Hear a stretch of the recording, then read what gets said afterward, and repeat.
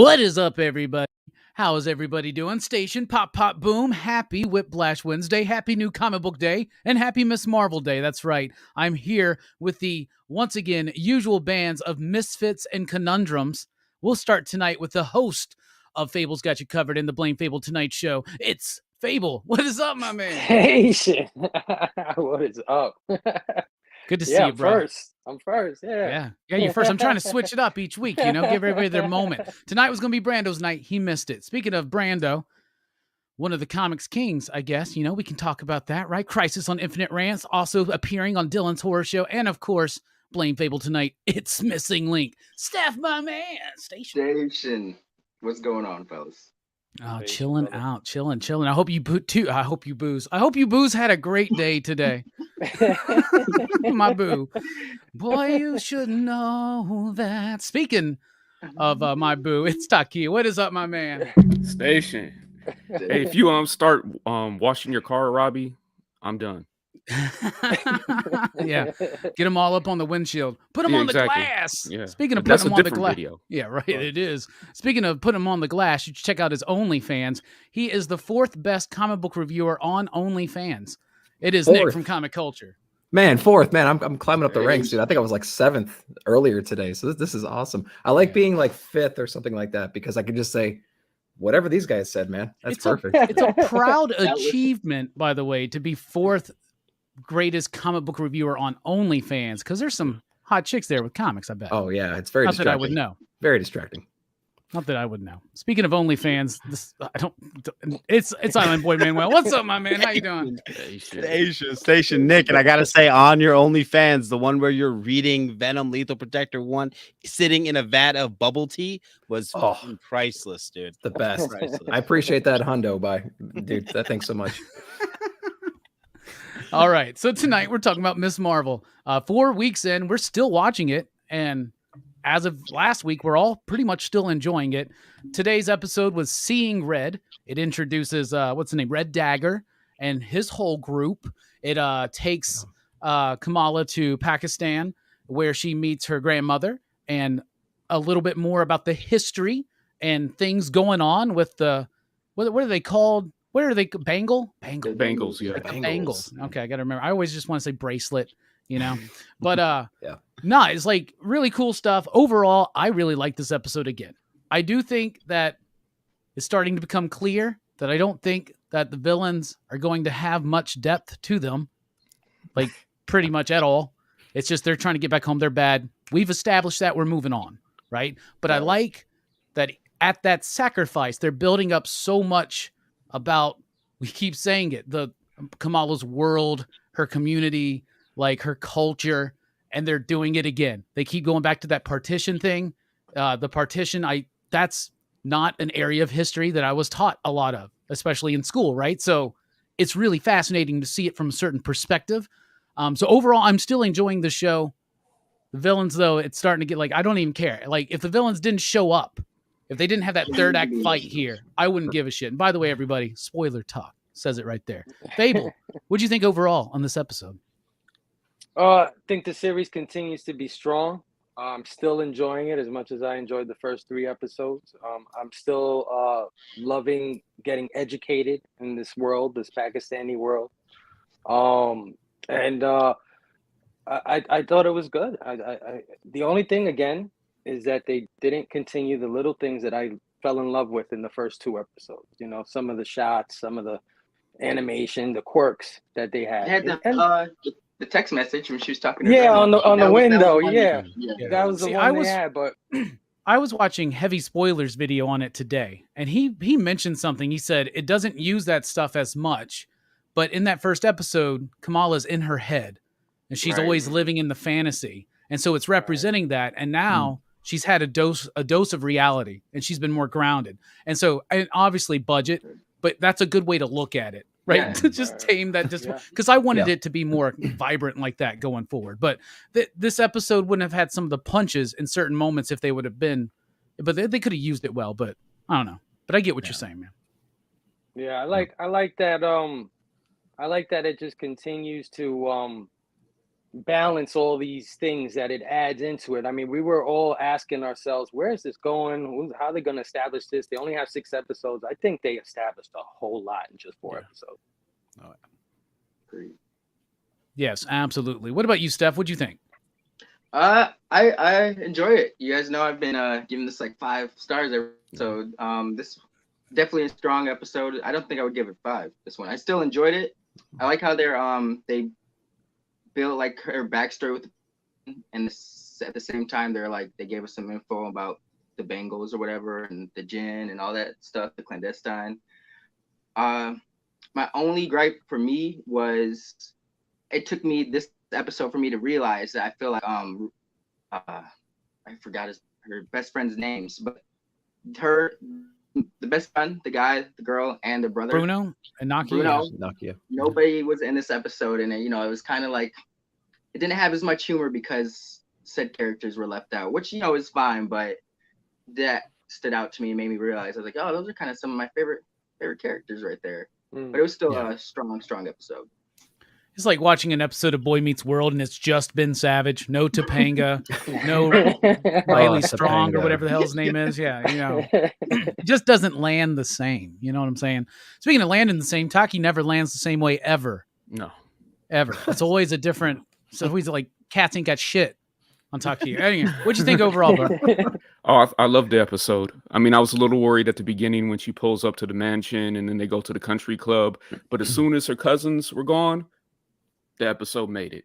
It's my second favorite out of the run so far. But I did miss Nakia. I missed Bruno, definitely. Missed the father. Yeah. So, these Amr, his wife, these characters that have become endearing to us, them being gone, it wasn't replaced by the grandmother and by Waleed, who was just there to do one thing, and the red mask or red spear or whatever, isn't it? Red arrow. Yeah. I was almost offended by how Dagger. quickly she took So to close. Waleed. Speaking of, Yeah. because I was like, first you got Bruno, then it's like, what's his face? It's like now you've forgotten both of them. Yeah.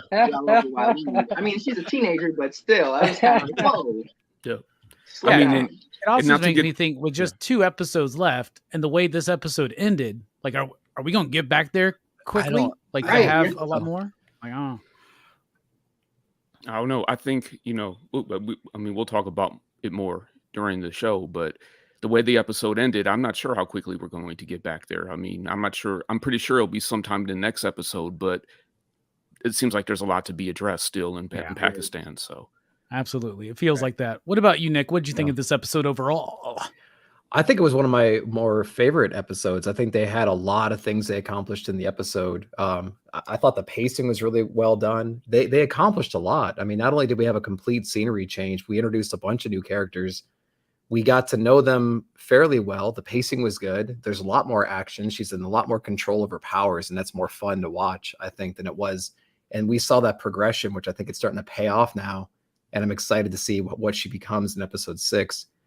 We got a little bit of introduction of the costume, or like the basic element of the costume. That's going to be fun to see how that turns out. And I think they did a lot in just one episode. And so we have to unpack all this. So looking forward to it.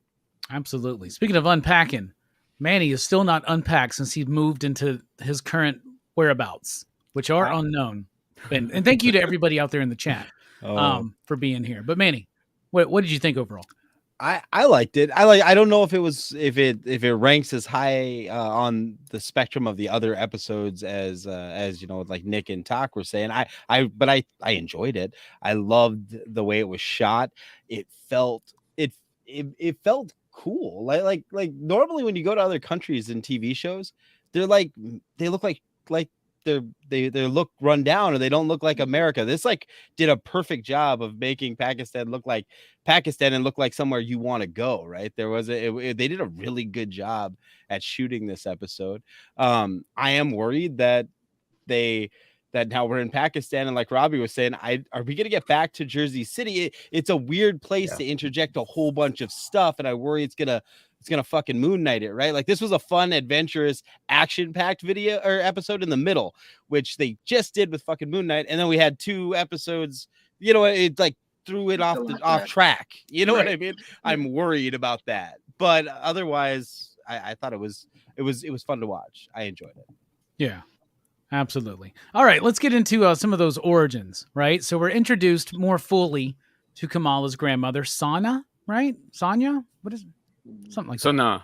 Sana. And of course we're in what's the name of the town? Karachi. Karachi. Mhm. So they have been building up this story about this trail of stars guiding her to the train and whatnot, which we'll get to a theory at the end that I have if I remember it. But I mean, that's Kamala. That's what's going to happen in the next episode. She's going to be the trail that leads her grandmother or her great grandmother. Yep. Anyway, so what was I saying? Oh, I liked her. I liked her a lot because we've only seen her in this very comedic kind of way, right? Where she like she's trying to FaceTime her, but she's got the phone like Dylan. If anybody's FaceTime Dylan, like the way Dylan holds his fucking phone. So, and you feel like it's just going to be like another reason to kind of have this like kitschy, stereotypical old lady confused, but no, she's a fully well-rounded character who has a lot to do with Kamala's journey at that moment. Like the whole talk she has about finding her identity after some politician somewhere, some general, whatever, arbitrarily just decided there should be a wall here and we need to divide this out. Right. So like people's lives affected by a decision that the lives aren't considered when they make this decision, and how you have to re-identify yourself as you age throughout your life, whether there's a physical wall or not. There's always walls that get built up that you have to overcome. You have to become a different person, like with the way life's journey goes, right? And I loved seeing her relationship with her daughter, Kamala's mother, right? And seeing that Kamala's mom is treated by Kamala's grandmother the same way that she treats Kamala, right? And then understanding, though, that moment they have, like when she like she's rubbing her feet because like she's like, I love it. The mom's like, why are you got all these toffee boxes? Like, what's wrong with you? You can imagine that being flipped at a certain point. So I really liked that. I loved so they filmed this in Thailand, I think, right? Mm-hmm. But there apparently there's like a heavy Muslim population there, so they filmed it in some of those areas, and then also obviously some stuff on stages somewhere or whatnot. For I'm sure they didn't go just tearing ass through the fucking streets of Thailand, I'm sure. But it kind of felt authentic. And I've seen many people comment on this and Moon Knight that you usually have this like desert filter, like when you're going into countries out in the Middle East and around that area. And so they don't do that here. And it feels more real and colorful. And just like we were talking about with the stuff at the mosque, it just felt like spiritual people in a community together. Felt like whether like if you had experiences growing up in Christian churches or Jewish synagogues, it's just the same kind of community. And so it shows you that. And I really love all of that. So what do y'all think about the grandmother, the origins, the family, all that stuff, the Pakistan bit? I love the Pakistan bit. Like I said, it's educational. And I could relate to it too, because, me not growing up, but me going to Puerto Rico so much as a kid. My grandfather also had a house that was walled off kind of thing. And it was like a whole new world going there. So it was relatable and it was foreign at the same time. So I definitely loved it. The grandmother, loved her also. She's cute. She's adorable. And she's like the opposite of her daughter, right? Like her daughter is a clean freak and cooks and so nurturing, while the mother's a dreamer, right? She's like, always going with her thoughts and her dreams and stuff, and that conflict between them, the mother and daughter. I thought that was a beautiful scene. The Kamala's mother is a great actress. She really is. Yeah, 100%. What about you, Steph? What'd you think? Same sentiments, Phable. Nothing. Can't really speak too thoroughly on any of it. I thought it was all done well, interesting enough, solid. Like I'll get more into it, but this was not one of my stronger. I still enjoyed it, but it wasn't one of the standout stronger episodes for me, like Manny was saying. So it was all done well, but I can dig it. Speaking of digging, Taki's been digging graves. Oof. For who? anybody who wants to say shit about the Bad Batch, right? Anyway, I don't know where I was going with that. I don't know, man. Sometimes you just start. Anyway, what did you think about Sanan, the origins, Everything was going so well. Now we got so controversial all of a sudden. I know, man. The Bad Batch took a turn. So I was, like I said, I was really worried that they were going to just like try to show the posh part of Karachi, like it's the new Dubai or something. And they got out of that real quick. Now you're never going to be able to really capture the streets of Karachi unless you're like one of those PBS shows, you know, the Lonely Explorer or something like that. But I thought I just loved seeing a rickshaw. You know, that's what we call them, the autos. They're basically like glorified golf carts that people use to get around, and you could get around a whole lot better because of the crowd. And I'm thinking like Phable is the only one here who's probably regularly been in a crowd like that, just because of New York, where it's so overly populated. I mean, in Milwaukee and Racine, where I'm at now, it's not overly populated at all. I remember coming back from being overseas, you know, back in the early 2000s and late 2000s. And it was like I came back and it was like The Walking Dead in America. Like the streets were empty, even though it was normal. But to me, it was like, man, I'm having a hard time getting used to not so many people being around. And I just think it's really hard to capture that. Yeah. Hell yeah. Thank you for that, man. What about you, Nick? What did you think? Yeah, I thought it visually was great. I think I mentioned that one of my favorite parts of one of the previous episodes was the wedding, and the fact that it made me want to be in that wedding, even though I hate going to weddings. It's like I don't necessarily like traveling that much. I've been to like Rome and things like that, and so it's fun to experience those cultures. But seeing how they represented it in this episode was pretty interesting. I thought I was like, that actually looks like a interesting place to go because it's so vibrant and so colorful, and it was a really good time kind of seeing how they transported the entire show into that scenery and yet kept all the same love and heart that they've maintained and established in the other episodes. So I think culturally speaking, I think they did a really good job with that. The grandmother, she was really, really cute. She was great. You can just see that she's kind of like up in the clouds. She accepts just kind of like a larger being or just this greater meaning out there. And I'm liking the relationship between her and the mom because I'm starting to doubt the mom's involvement or knowledge about the full scope of this entire thing. I think she maybe is thinking that it's kind of just like voodoo, and she even mentioned she had to get away from it. She couldn't take the hazing anymore. And so I'm wondering if she just doesn't really buy into it, and she thinks that grandma's kind of a kook, right? So I liked it. The grandma was cute, like I said. I thought the decorations and I thought the scenery was beautiful. So yeah, I was digging it for sure. Absolutely. What about you, Manny? I loved the grandma character. I like the parallels between like Kamala thinking her mom doesn't understand, and then her mom like having the conflict with her mom. Like I like seeing the parallels, and I like seeing the parallels between Sanya and Kamala. Like the way that they're artistic, the way that I thought that was really cool. I love that the grandmother has committed herself to art to preserve heritage and in the past, and Kamala is her art up to this point has been about like looking into like a fantasy and like, you know what I mean? Like there was something really cool about the maturity level of like of building towards where you're looking at what matters. And I think that that's something that gets really hammered through. She even says like, you're looking at the wrong thing. You're not looking at the right point here. I love the little Luke Skywalker throwing the lightsaber moment when she's like, it's just genetics, right? About the Jinn thing. I thought that was cool. And normally I don't like that shit, but I liked it here. So that was dope. Otherwise, yeah, the showing off the powers and stuff. I thought this was way more effective than the montage we had in episode 2, as far as getting her to where she needs to be. So yeah, I dug it. Like I had no idea it was Thailand, but Thailand looks beautiful. So if you're a travel agent, hit me up. There you go. Yeah, I think overall it looks fantastic too. It still is a spectacularly shot and at times frantically edited, which doesn't dissuade me from certain elements of it. I really like it. Let's talk about Red Dagger, dashing Red Dagger, because Kamala's just stacking them up. You know what I'm saying? She's just like, she went from like she got Bruno, she got Cameron, and now she's got Red Dagger, all like Kareem, right?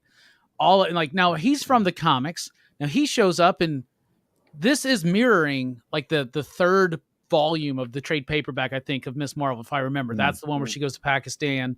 That's where she meets him. He eventually winds up in Jersey City. They team up for a while. It goes awry, and he winds up having to go back and all this stuff. But I don't remember there being much of a connection there, right? It's Bruno's the one that they're really building up to with her and him. But I liked him in this show. I thought he was a breath of fresh air.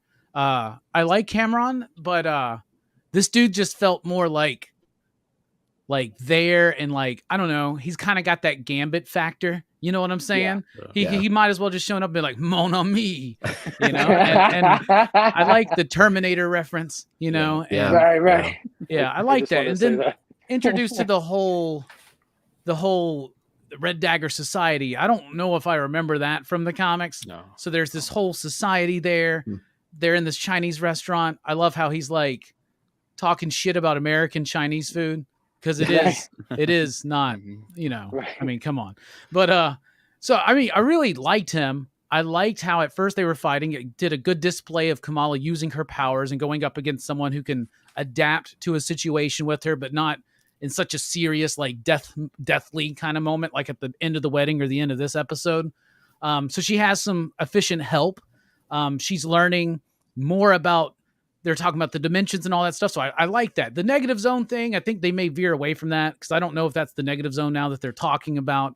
I've heard other people speculate they're talking about incursions because one will come and wipe out the other. But they're talking more like ultra terrestrial things and not like separate worlds. So I don't know how you're gonna.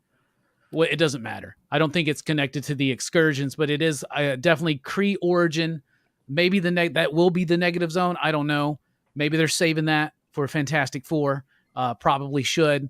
But I think the bands, they need two of them to breach. I don't know. There's still elements of it that they're carrying over, and I really like that. So what did you think about all the stuff with basically Red Dagger, but everything else that went along with that? Phable. I really like this kid, man. I agree with you. He had that cool factor that Cameron was missing for me, where Cameron was feeling more like a sleazoid in the beginning to me, like, oh, this guy, he's doing something. This kid, he's like a Power Ranger, man. He just comes in and starts kicking ass. And I love his outfit.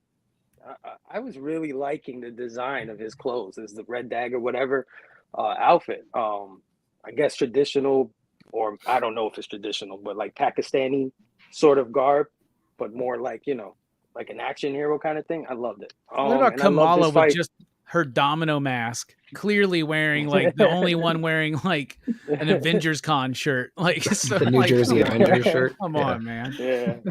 I love their fight in the train station. That was awesome. Even though I felt like this place is always crowded. Now nobody's around.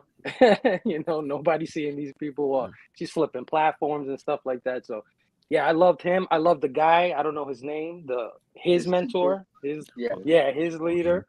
I love that he explained a lot of the stuff that we were assuming anyway. You know what I mean? Like, oh yeah, if Thor dropped out in the sky of Bangladesh or something like that, he'd be a djinn too to everybody. And, you know, that's exactly what we were talking about the week before. So that was awesome. Yeah, I like the Red Dagger. I like them more than the clandestine. Oh, for sure. If I was specking, I'd spec on Red Dagger spec, not clandestine spec. Go on eBay right now. Oh, damn. Miss Marvel, Is that 12? Yeah, Miss Marvel 12.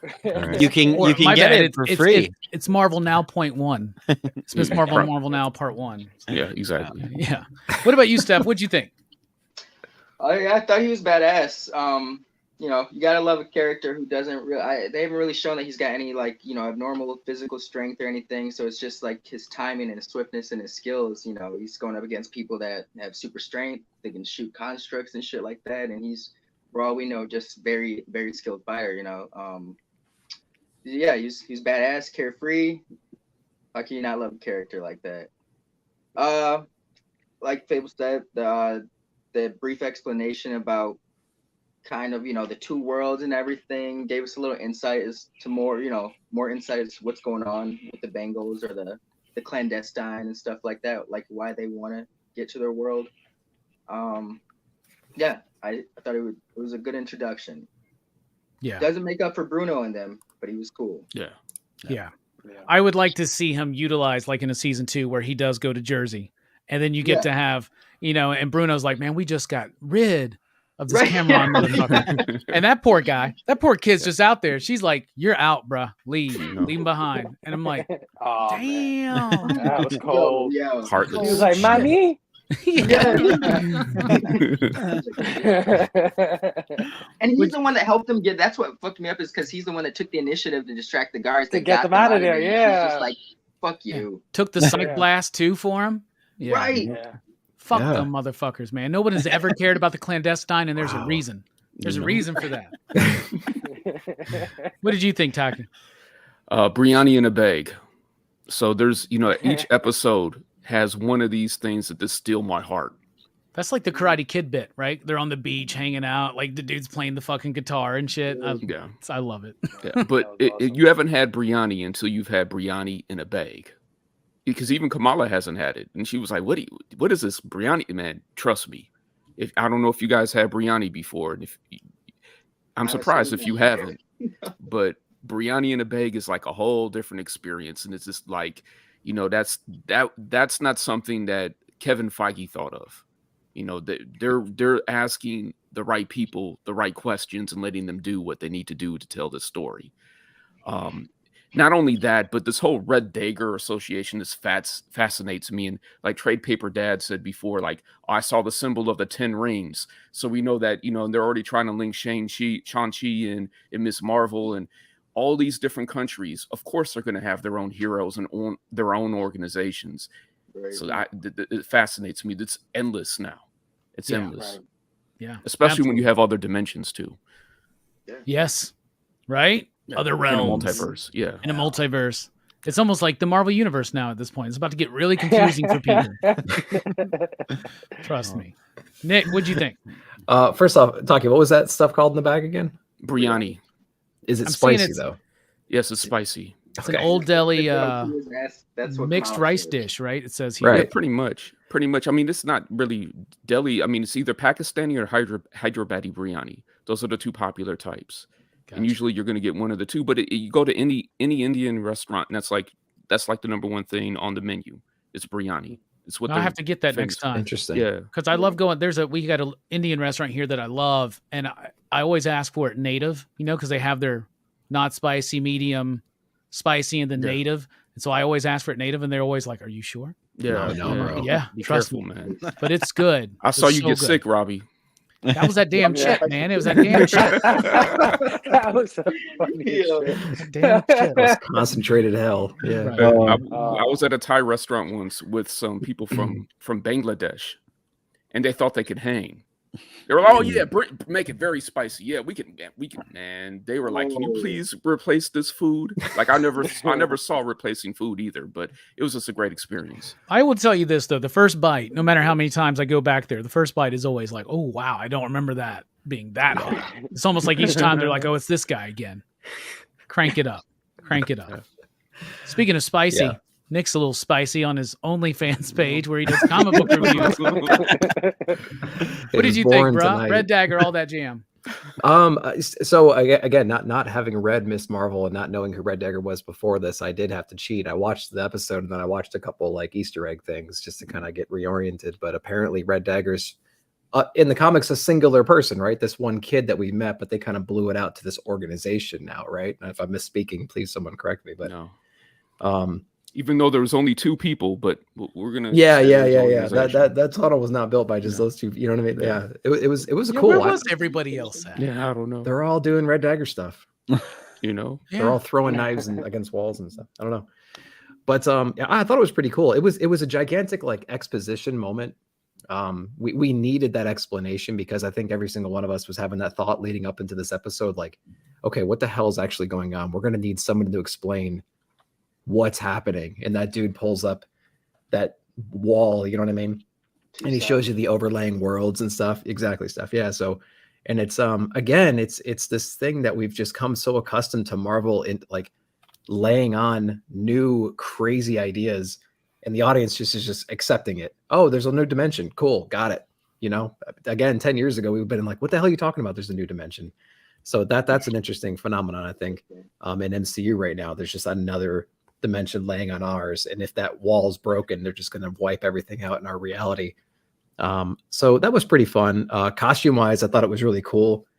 Phable, I think, was alluding to like the aesthetic. If it was like native, I just liked the way he dressed. He carried himself really well. I think we talked about the fighting styles and how he kind of was adapting to Kamala's punches and platforms and stuff. So I think that was really interesting. I mean, he has an understanding of what that power set might be, I think, based on the lore that they've understood over the generations. So I thought it made sense. I didn't trust him at first. I didn't trust either one of them. Yeah. I thought they were going to turn on her so quick. I'm like, now you're fighting, and then you're going to bring her into your base. And he was like looking at her brace. You know what I mean? Like Yeah. he was looking at that bangle for a long time. And I Let thought me for read it. sure that they were going to attack her and try to steal it. You know I don't what I know. mean? The Terminator line kind of sold me. I was Well, like, that's true. That's true. That, you know. That is a morality check. As soon as you hear that, you're like, no, you're good people. So never mind. But yeah, it's a good point. I liked it. I liked the Red Dagger thing. I think it worked. We needed exposition, and it was a good way to introduce that into the episode. Right. Absolutely. What about you, Island Boy Manuel? I don't trust them because when they were giving their little quips about where they learned to jump and shit, and he's like Donkey Kong, not Donkey Kong Country. If he'd have said Donkey Kong Country, he'd have been on the level. But he's trying too damn hard with the pop culture references that he went with the one where Donkey Kong throws barrels. There was no throwing of barrels in this episode, so I don't trust the guy. First and foremost, I want to get that out. No, he was cool.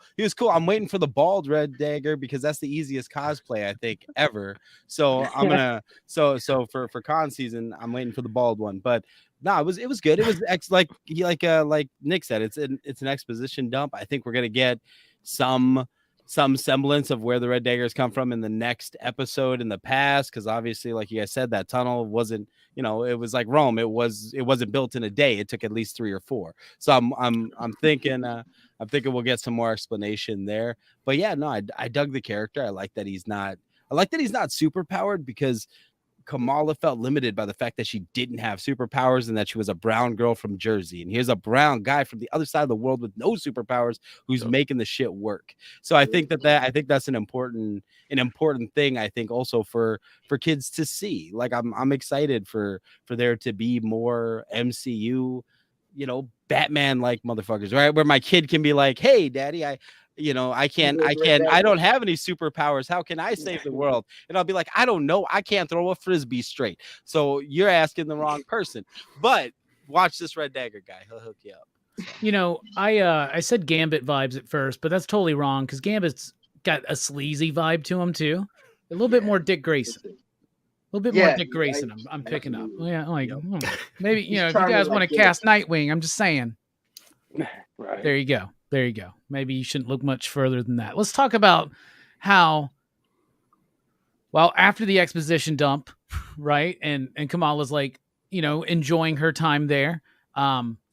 So the clandestine break out of damage control and apparently just show the fuck up in Pakistan out of fucking nowhere. That's why I'm really like, are they going back to Jersey? Does she have to? Do they teleport? No, because we haven't seen them do shit except for just fight. Is that the second time they've done that too? Haven't they just like traveled? Man, they just show the fuck up. Yeah. Like how long? Like how much time has passed? There was a moment I was like, has a week or something passed? Because I don't even think you can get. I mean, man. No, and they made it seem like it was like a few hours the next day. Like they showed the raft and they were like still in like the same. Like I don't know. Not much time had passed. So. And she literally shows up and it's like surprise. Right. Surprise, motherfucker. We've been waiting. Well, and there had to have been some time that passed, because when they're on the plane, like, oh, I'm grounded. She knows she's grounded. Like she's grounded. They got a flight to Karachi. He had to convince her mom. I don't think her mom was like, oh, Nani said, let's go. Like it. There had to have been some like there had to be some time there. I just think they didn't do a good job of editing the episode to show any time passing. Yeah, for sure. That's a Yeah. fault there because I mean, surely, right? That's the idea is not that they just fucking hopped on a private jet and just went straight goddamn there or some shit. Like, God, they just did that in a movie we reviewed within the last year, and it was so fucking stupid. I was like, how in the hell are they gonna fly from there? It was Wonder Woman 2 in 80, right? They take that, they steal the fucking jet, they fly it all the way across the fucking world, and then they come back. Like, what the fuck? Are you serious? Like, you got to refill that shit, right? Like, I don't. Nope. Whatever. But that's Wonder Woman, you know? Yes. Alistair, I renounce my wish. All the bits. But the fight scene, I'm spoiled by all these Hong Kong movies I've been watching because now I cannot, I get it now. And people used to be like, I hate that close up, quick cut action shit. I'd be like, I don't care. Nah, I fucking hate that shit now. Because now I'm like, can you not just pull the fucking camera back? Yep. You even had Najma put her fucking Show that mask up so that choreography. they could have had a stunt double. You know what I'm saying? So there are moments where it worked. I'm glad that some stakes got raised. Kamala had some help.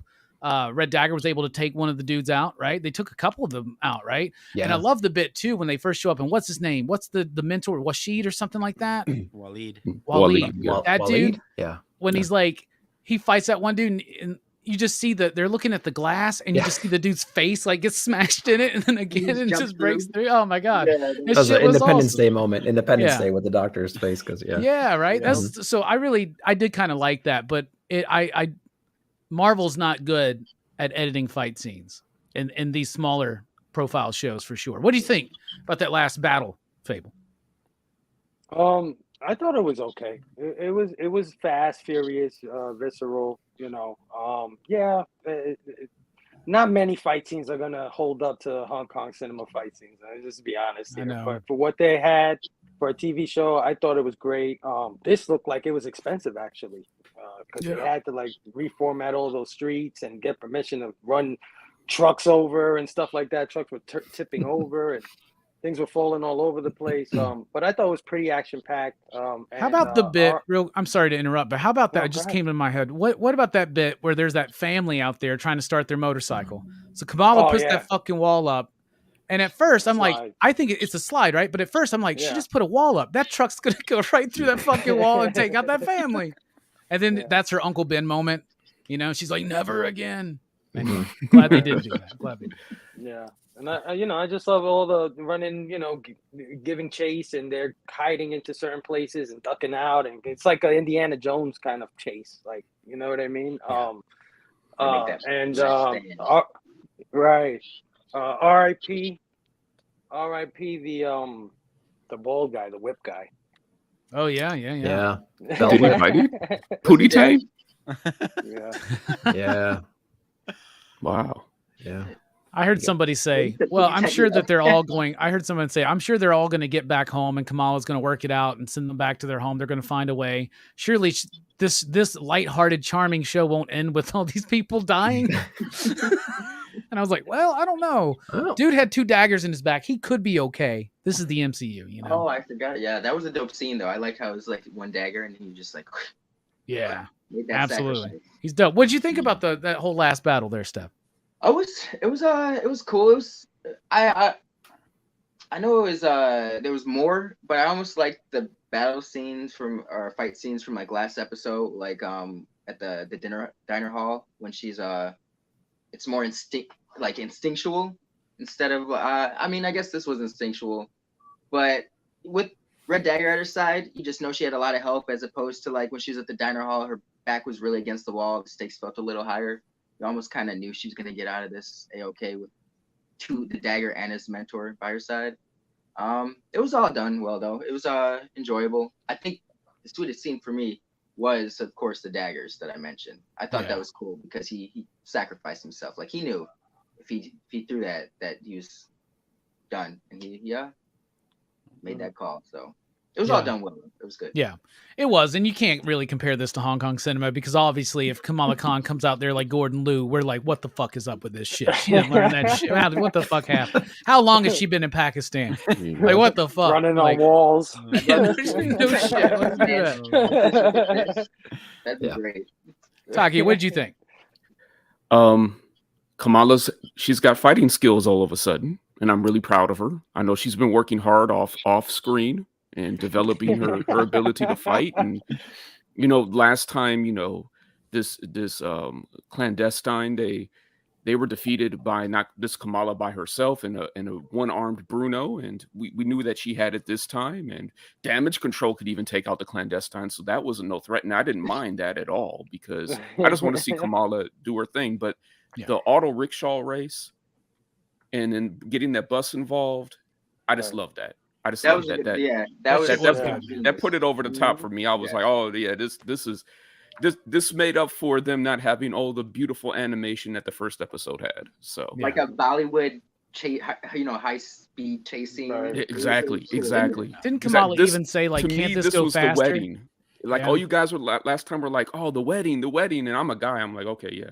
When her mother was like, you ruined the wedding, I was like, I thought it was pretty good still. I mean, come on, I'm a guy, So, but this chase scene was like that wedding for me. So I was like, oh yeah, this made the episode. Isn't there a bit where she's in there? She's like, can't you go any faster? And he's like, have you ever been in a rickshaw before? Yeah, exactly. Yeah. Exactly. Yeah. What about you, Nick? I was going to read that comment too. Yeah. I enjoyed it a lot. I thought the whole chase scene from start to finish was maybe just a little bit too long. There was a lot of running through alleys and a lot of like running into dead ends and things like that. So like the pacing of the actual chasing itself was just a little bit too long, but I liked all the things they did in it as far as what Taqi was just saying. They brought in all those props. They had the truck and everything. They had some high stakes. They did introduce that little family in there, and she did create that ramp. That's pretty cliche, but I it's needed to kind of show her as just being pure and wanting to protect people as well. And she's able to multitask and kind of take care of two things at once. The fighting, I agree. That close up, fast cut stuff is a little bit annoying. I did like the initial battle. We talked about them traveling, super quickly and arriving there. Past that point, when they're kind of in that smoky room, they hit some kind of like defense system, and the whole place fills up with smoke. There wasn't like smoke bombs or anything, right? It was like a button they pressed and like smoke filled the room. What was going on there? Does anyone remember that detail? The Batman button. Yeah. Right. I was just like, well, that's interesting. Maybe it's like Terminator 2, and they have like those systems that just like spray the white dust down, put out fires and whatnot. But I thought that was pretty cool. I liked that initial scene. It dragged on a little bit. I did like the end. Lots of cool props, lots of environmental damage and things like that. Some sacrifices were made. So overall, it was pretty good. Yeah. And of course, like Taqi alluded to earlier, that one dude shows up to dump exposition, and he served his purpose. So now he's gone. Yep. What about you, Manny? What do you think about the battle in this one? I liked it. Nick, you must not remember college, because two men in their physical prime can fill a room with smoke super quick, bro. Like super quick. I'm just saying. Still do it, brother. Let me tell you. So why I don't remember it? Yeah. So no, I dug it. I like the chase scene. I like that the previous fight scene was really close contained in a kitchen and in a dining room, and this one, is out on the streets and big and bad. I like that. The action cuts, they don't faze me, because I don't know anything about Hong Kong cinema, but this it worked. I thought it worked pretty well. So I dug it. The Hong Kong cinema thing was just a bit. Okay. Now you're making me seem like some kind of fucking snob. Okay. I appreciate that, Manny. Just wait for the Argento cut. Yeah. Oh, bro, the Argento cut of this would be so effed up, man. Yeah, that would be crazy. All right, and then it eventually ends with Najma coming at Kamala with her weapon.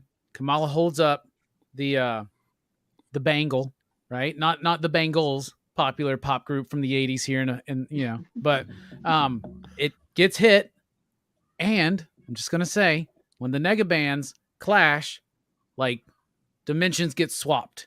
Somehow she gets flung, we're going to believe, into the past at the moment of the partition in order to probably guide her grandmother to the train, right?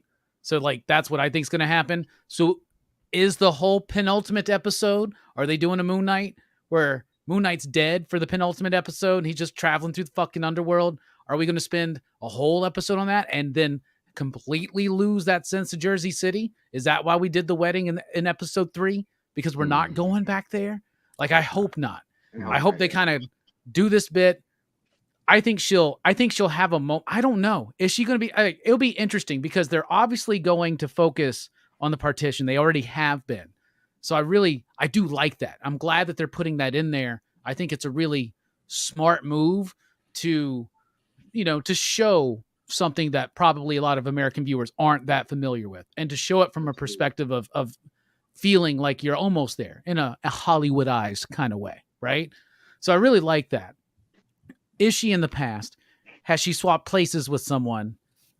I don't know. Is Miss Minutes going to show up and snatch her ass up and then like take her back?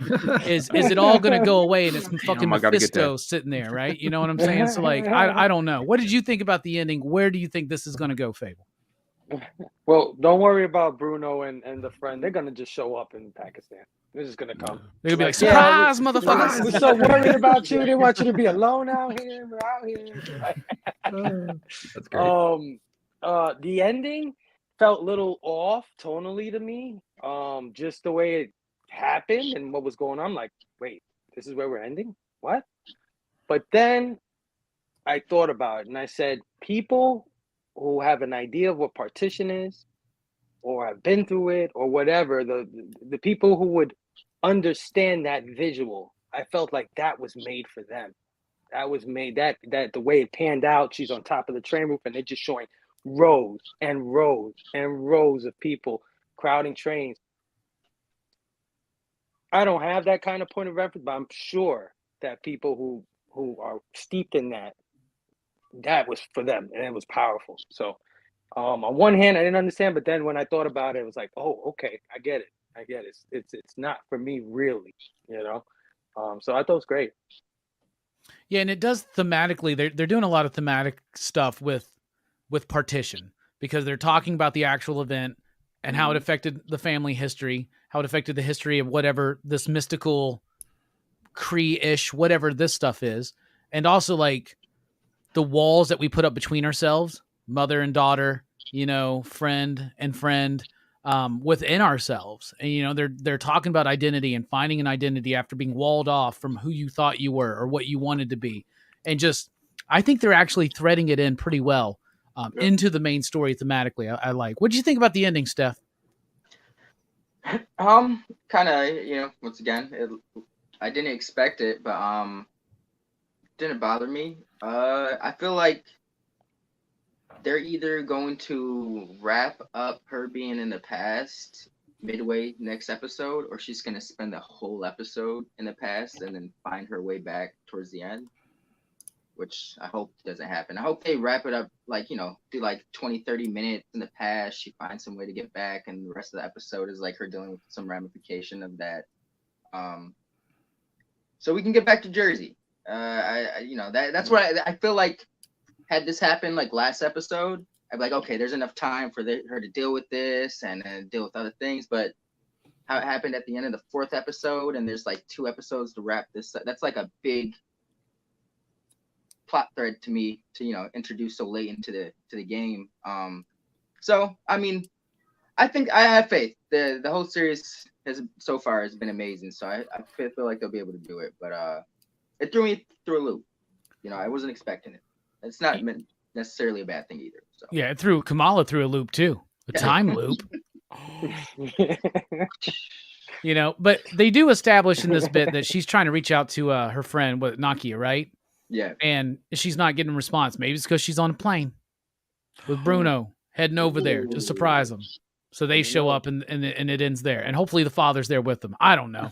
Maybe they're like, yo, Kamala just disappeared in thin air. What the hell's going on? Maybe we'll see what happens. If her dad shows up, he better be in that fucking Hulk cosplay that they shows up.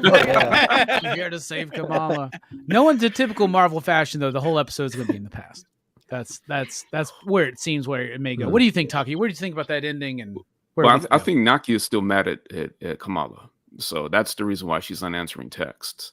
I agree with what Josh said that this should have been saved for season 2, but the problem is there might not be a season 2. And we're talking about people telling their story, and this is Marvel's given these people an opportunity to tell us, what they went through.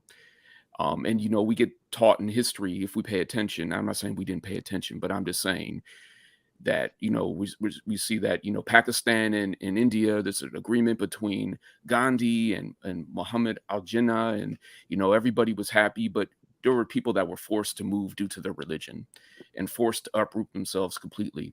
And we see this being played back again and again here, and it's an important part of the story. With that, I mean, and that last shot was beautiful. That last shot was absolutely beautiful. But with all that being said, I hope they're back in Jersey within 10 minutes of the next episode, because that's where they need to be.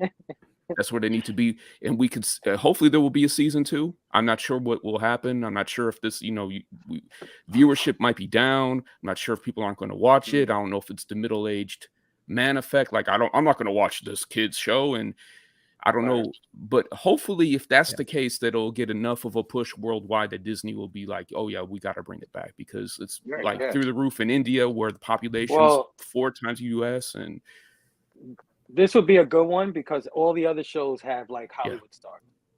Yeah. Right. So this one would be the cheapest to get that cast back and all that stuff. So I hope getting the best reviews. I was going to mention that. Like, we were talking last week that it was viewed out of all the Marvel shows, it was the least viewed one so far, but it is getting the best critical reviews. Right. And I hope they considered us. And if not, just add 6 more voices. That's right. 6.5 if you count Brando. So yeah. Right. Yeah. Because he's sure. What about you, Nick? What about that ending, man? I like the ending. I think when the spear hits the bangle, I think that wasn't really explained. That kind of took me by surprise, but I think it took me by surprise because that hasn't been established that that's like a thing, right? That happens. It seemed like a really weird, random thing. Like, I'm sure in the history of that bangle, it's been used to deflect some kind of a deathly blow, right? And like, does it always transport someone back in time?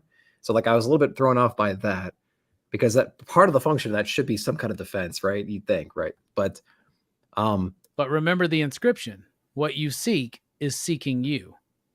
Sure. Yeah. So, yeah. We talked about all the metaphors and stuff, but that doesn't answer my question at all, Robbie. What the hell does that mean? I'm giving up on that. I don't think we're gonna get a lot of clear answers here. No, I don't think we will. I think Marvel like learned that from the past. Like, they're not going to like give you A, B, C, D, E, F. No, they're just going to give you a little bit of A, maybe some of Q, come back with a little P.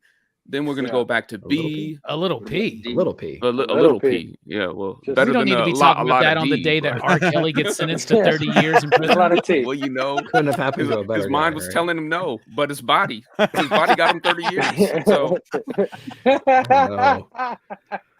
one thing I was thinking, when she pops back from the past, she doesn't have to show back up in Pakistan. Yeah. Right? She could pop back up in Jersey City. Yeah, do you think she went to the past, or that? Do you think she went to the past, or that she's in a moment that takes place in a second? Yeah, is she in a memory or something? Like, who knows? Like astral form in the past, kind of, sort of. I thought about that. No one's looking at her, being like, "Why is this chick dressed like this?" Standing on top. Yeah.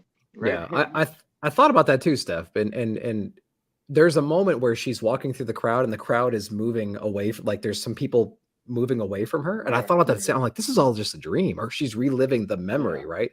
I think that's the implication. But then when Robbie was talking about, oh no, she's going to be the guiding light to help them on the train, I'm like, oh shit, this is going to be some kind of weird time paradox thing. I mean, I'm already watching Umbrella Academy. I'm like, I can't deal with the more time concepts, right?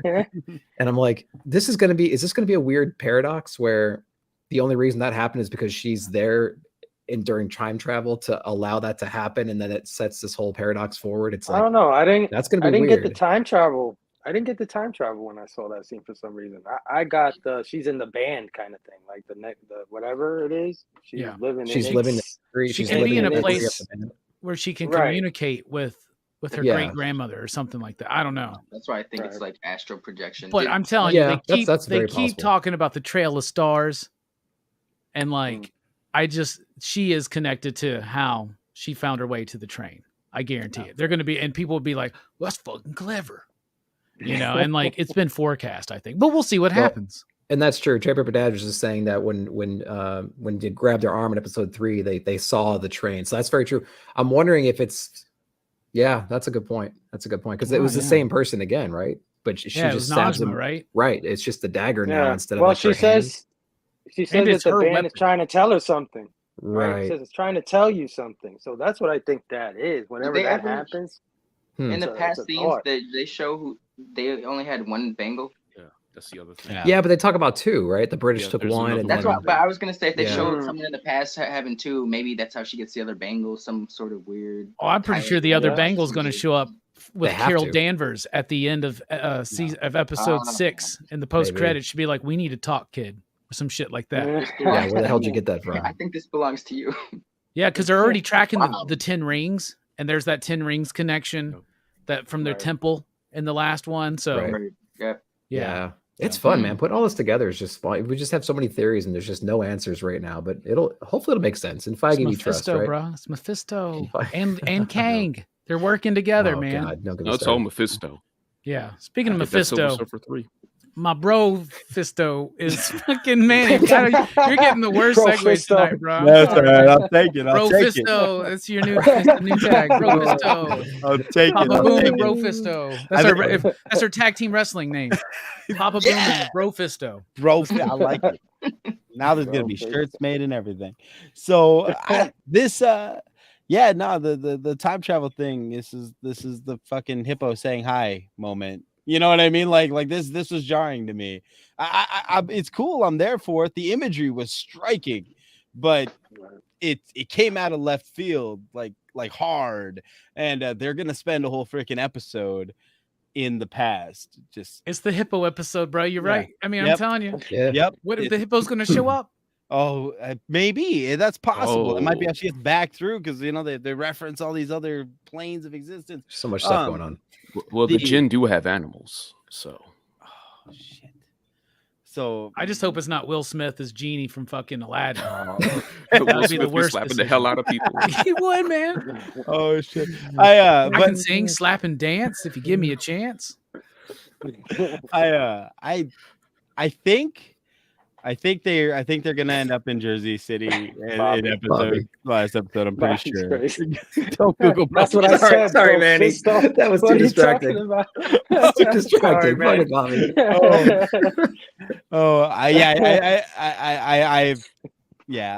Don't Google that. We're making that a thing. It'll be Wong if they can't get Brie Larson, and maybe it should be Wong. Because Wong would get more people excited. Some people would see Brie Larson, but I don't think they're watching Miss Marvel. No. I think the ones that aren't watching Miss Marvel, like just on principle, are the people that don't like Captain Marvel. Absolutely. You know, probably, absolutely. You're gonna like Captain Marvel. I think her great grandmother starts the Red Daggers. I think that Kamala's going to get a chance to explain that Najma and the rest of her people do not have good intentions. It doesn't appear like at least at this point in the timeline that like Najma has a family and shit. So my assumption is that because Aisha, her great grandmother, has a family, she'll be able to appeal to that. Like, if you get both of these, this is all gone, right? So I think that she's gonna start the Red Daggers, which is why they have so much information on the Jinn when Kamala gets there in the future. So that's my tinfoil hat for that. And she's definitely the trail of stars. So yeah. And the stars being the symbol of Captain Marvel, Miss Marvel, all that jazz. Right.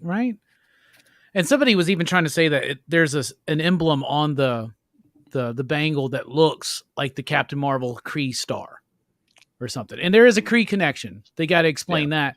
What the fuck, man? We got 2 episodes left, bruh. They better not Moon Knight this shit. I'm telling you, man. But Moon Knight was going off the rails by episode 2 for me. Yeah, I agree. As soon as it was like, put up your dukes, mate. I'm Colonel Sanders. And I was like, whoa. I wonder if they saw the dailies. They were like, the fucking Lemire stuff. People love that. Let's just do that. And they're like, well, fuck, we're halfway through the season. Just do the Lemire stuff. And they did whatever they could to try to make it fit in. Is my guess. Yeah. Well, what was your discrepancy, Robbie? The fact that they made Stephen Grant British? No, that he just just that Mr. Knight is brutal as shit. Like Mark as Moon Knight is the one with the cape. He's the one that's more like Daredevil, like swinging through the air and shit like that. Mr. Knight's the one that's down on the street fucking brawling. And Stephen Grant in this show was not a brawler. I did not mind him being British. I did not mind the characterization. I just wanted him to be a little bit more badass when he was Mr. Knight, but they did get there by the end of it.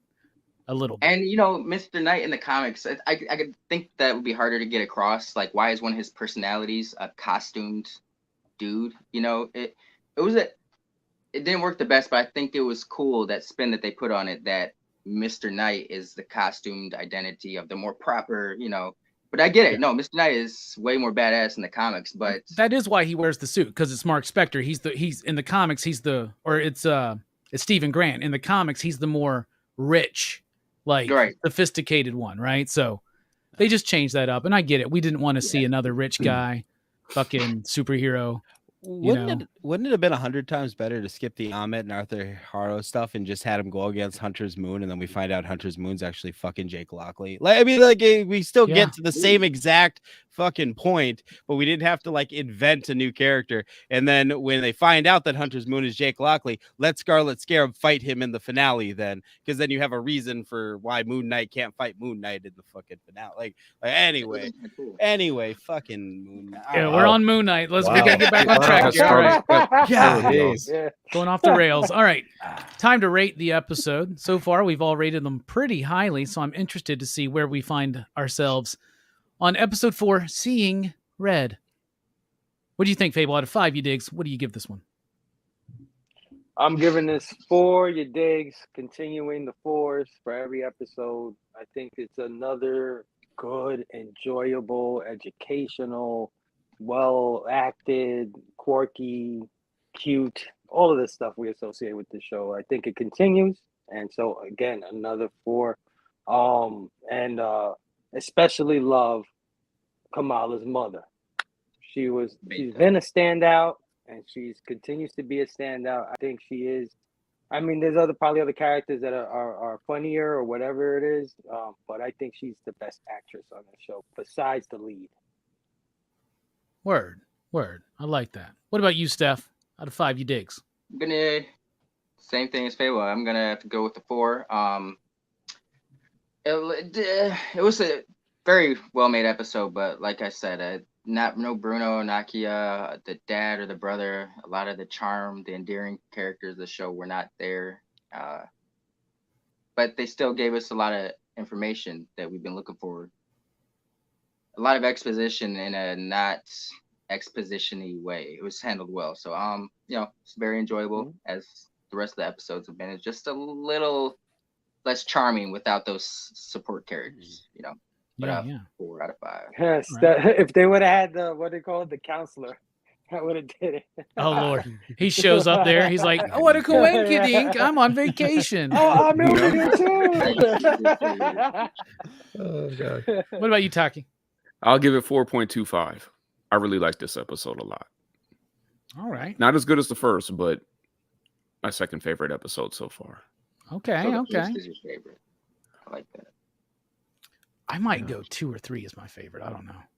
Yeah, I 2 was 2 the one where she was they had the training montage, or is that 3?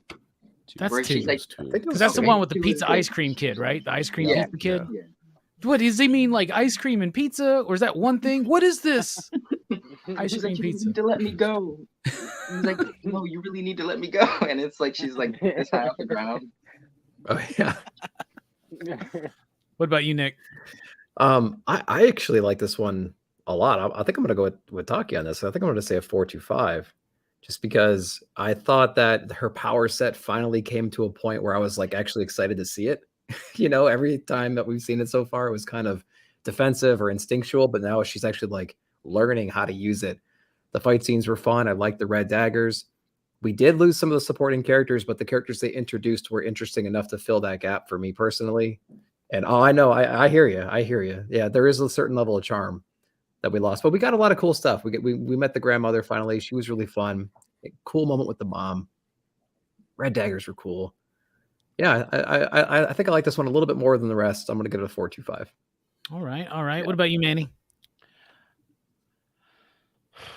I don't remember what I gave the other ones, so I'm gonna pretend I gave them like a 4.5, so I can say that I'm giving this a 4 because it's like having a hot fudge sundae and you don't have hot fudge in the house, so it's not like you're gonna be like, oh fuck, it's just ice cream. It's still delicious. This was a damn good episode, still. Exactly. So definitely a 4. If we can do the quarter point thing, then hell yeah, 4.25. What is okay? We've allowed the quarter point for some reason here in Dylan's horror show. Yeah, it's only the 69 and the Yeah, point. I didn't think know, it's so I will 69. stop using the quarter. No, you point. can't. You're No, And I will it's allowed, man. It's fine. I will only man, vote in go for it. Bitcoin from now on as well, or OmniCoin maybe. What do you think, Nick?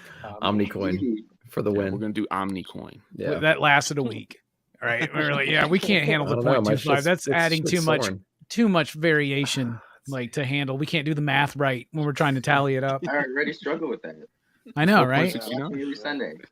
For me, Sunday. I'll go 4. I think I gave the first two 4.5, and I think I gave the last one. I think we did like a 4.369 or some shit like that. But this one I'll go 4. It is missing some charm, and it is the dad. It is Bruno. It is Nakia. It is Jersey, the character that we've established there. This is an important episode to do, but the way they've broken it up, it feels like it's going to be a while till we get back. In hindsight, if they do get back to Jersey and kind of recapture that, that's cool. But the thing is, anything I could nitpick about any of these episodes are overcome by just the joy of the show. And it does lose a tinge of that joy. It gets a little bit deeper, though, and I appreciate that. So I thought that was cool. And they did ramp up the action on the chase scene in particular. Fighting, it is what it is. But I did like the fight with the beginning with Red Dagger and Kamala. So 4 from me, 4 from Manny, a 4.25 from Nick. Was that correct, right? Yeah. 4.25 from Taqi. A 4 and a 4 from Phable and Steph, right? So 4. That is a PCP average. 4.169, dudes. Oh yes. It's funny how that always works out on all these different It's shows. like we planned it. Especially on the day R. Kelly got 30 years. Oh my god. Let's be honest. Not like we didn't see this coming, but Yeah. Yeah. I just hope they do another interview where he cries. Anyway, Eric says 4 out of 5. Two Gun Pedro says this episode's not as strong as previous 3.75, you digs. Bobby gives it 4, you digs. Brother Joe gives it 3.2, you digs. Trade Paper Dag says 3.75, you digs, or 3.88 backlogs. I think the backlogs come There back we down. go. That's wrong. No, He no. understands. Oh, wow. It's coming back down, though. It's coming back down. I'm proud to see that. It always fluctuates. The one that never rises is the slips. The slips are The just slips. The yeah. The slips slips are stay. just the slips. They're All like right, a peso or something. Yeah. So, all right. It's We'll not be the here same next. without Jay Slip. It's not the same without J No. Slip. No. All right. Coming up here next week, we'll be doing this again, but we're not going to be talking about episode 3. We'll be talking about episode 5. But Manny can only get these thumbnails out at a certain pace, and we appreciate the thumbnail, Manny. We really, really do. Black Phone is what we're talking about on Dylan's Horror Show on Saturday. I'm going to go watch it tomorrow evening, so I'm excited to check it out. Is it only in theaters? Yeah, it's only in theaters, I believe. PCP Movie Night is off for the 4th of July, but we return the week after with the kickoff of Action Fest. We're talking about all 4 Lethal Weapon movies. That's going to be exciting. Action Fest is here, y'all. You know what my favorite part of Action Fest is? When it's over, it's time for Horror Fest, baby. The best time of the year. We got a banging ass lineup. Man, it's so good. Y'all don't even know. Phable, what's coming up, bro? And by the way, links to all their shit in the description below. Sub up to these dudes. I think all the blue wrenches are here, but if there is anybody, you can throw up the links in the chat too. I got Fable's got you covered tomorrow, 9 p.m. Eastern, IG Live, the show where I go over my top cover picks for the following new comic book day. Tomorrow I'm gonna be joined by my brother Steph, so that's gonna be a lot of fun. And of course, I'm joined by Steph yet again on Sunday with Big Herm for Blame Fable Tonight at 6 p.m. Eastern on IG Live, the official pre-show to Rockin Robbie Live. Love saying that. And we're going to be reviewing the movie Fury with Brad Pitt. And our guest will be Flash by Night. So it's going to be a good one. Hey, I met him this last nice. weekend. I met him this last weekend, bro. Oh, cool. Tell him I Yeah. said, what's up? Tell him I said, Yeah. what's up? Absolutely. I wasn't planning on doing Rockin Robbie live this weekend, but I may do like a brief like Heroes Con report and haul. You should. Like it'd probably be like a 30-minute thing or something. Just it was like a quick thing. I Yeah. say that, you know, but I just wanted to kind of 4 take the hours weekend later. off, chill after Heroes Con. It was a hectic week, but it was a fun week. So I just want to be able to reflect and maybe like chat with you guys and show you guys. Cause I got some gnarly ass shit, bro. I got some cool shit. Steph, what's coming up, bro? Yeah, same this Sunday. Every Saturday, every Wednesday, I'll be doing something. Oh, yeah. So if you follow these guys, yeah. you'll see me around. Hell yeah. You put the whip in the Whiplash Wednesday. Because Steph likes Miracle Whip on his Doritos and bologna sandwiches. That was the How did worst you know idea that? we've ever done. Man, you did that, right? You I did did. that with us, didn't you? Yeah. I that was- did, and then I fed it to my kid because I'm a horrible human being, and she loved it. Oh, she loved it. now you got to keep Miracle Whip in the house, don't you? Oh, dude, Miracle Whip and Cooler Ranch, fucking Dorito. Oh my anyway. God. That was the worst idea Justin's ever had. And he's had quite a few worst ideas. And he Taqi, was what's coming up, bro? Specific. I got a video coming out later on tonight, closing out Whiplash Wednesday. And on this weekend, Saturday, probably there'll be another haul video. So these are just haul videos, not. I mean, it's real content, but you know, I'm working on something. I'm working on something that I feel proud of. So Nice. I mean, your it's real stuff is good, content, bro. but I'm No, it's yeah, it's legit. Yeah, all your It's stuff it's is good, soft bro. core Let's go. content. Softcore. You know, we're Compared just showing to what? comic books and toys. So, It's mostly fans, not only fans. yeah, just it's mostly Right, right. fans, you Mostly know, fans. I like you that. know. yeah. Well done, Brofisto. Bro, I'm making that. Bobby, Gotta it's- remember that. You it's gotta the remember that one. ESTO, not the ISTO. Mm, Yeah, we got to put the That's Y the in there, right? yeah. Yeah, Right. yeah, Okay. yeah. It's because his favorite Motu character was Fisto, right? Absolutely. Yeah. Absolutely. I have that action figure. In fact, this goddamn Mr. T action figure is kind of based on it. He's got his fist, wow. right? oh, Oh, the same hands. I think he has one of the Nega bands too. He's That's got exactly both right. of them. He's got both of them, bro. Infinity Gauntlet. That's why I put him there. I was like, this is the Yeah. closest I got to a Miss Marvel action figure. Nick, what's coming up, bro? Oh man. Did the new release video and haul video today. Got Nick and Night planned on Friday, working my way through these books as we speak. I did a backlog unboxing video that was live back on Sunday. So that was a pretty cool just community hang and just kind of seeing what I got. And I got a whole stack of stuff from a comic swap as well. I might do something for that in the near future, maybe a short or something like that. But yeah, appreciate you having me on again. Looking forward to the next episode for sure. And Robbie, I'm looking forward. Are you ever going to do those live watches? You did like that mummy stuff back in the day, right? Yeah, trying- I we're did. trying I to did- get him I to did- do 45 it, minutes man. long, though. What's that? Yeah, they're real Wasn't it like short. 45 minutes Yeah, long? those were well, That those was fun, movies though. were because they were made in like the Yeah, they were like an hour and 15. yeah, those like, were like on my average. That's why- favorite things. Yeah. I told him to pick a TV show and do that since they're only a half an hour or 45 minutes. It would be awesome. Yeah. A live watch along. Oh yeah, man. Those were Those fun. man. Those Yeah, were get fun. those Yeah, I did the reactions. Mummies, and then the year before that, I did the Dracula films. And I always intended on doing them again, but then I don't because I overbook Horror Fest like crazy. Like I try to put in even as many movies as I fucking can, and then I'm like, I ain't going to be able to do that. And then I used to, yeah. So, but we'll see. Yeah. I would like to do an occasional one. I think it could be fun. Yeah. Hell yeah. Hell yeah. And surprisingly, some of those still get viewed every day.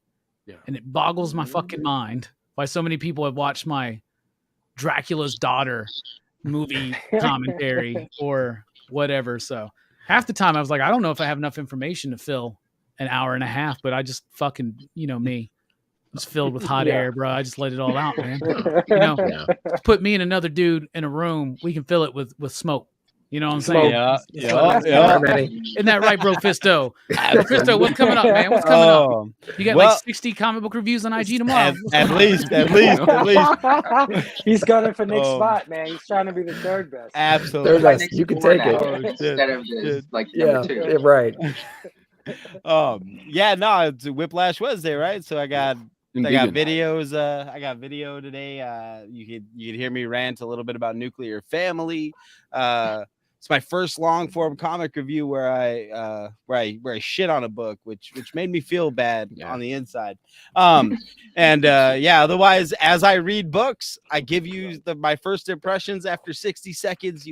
For 60 seconds roughly. You can catch those on IG and YouTube Shorts and Facebook, pretty much anywhere that lets you upload 60 seconds worth of shit. My stuff's out there. And then tomorrow is Take That Thursday with the batch. So we'll be right leading into Fable's Got You Covered. I'm going to be talking about my favorite movies from the year 2000 with my little brother.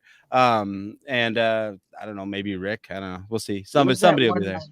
John Travolta one with After Earth, Battlefield After Earth. Battlefield Earth. Battlefield Earth. Was that 2000? That was I love it. I don't want to say that was AE, baby. 98 or 99. Ice Cube.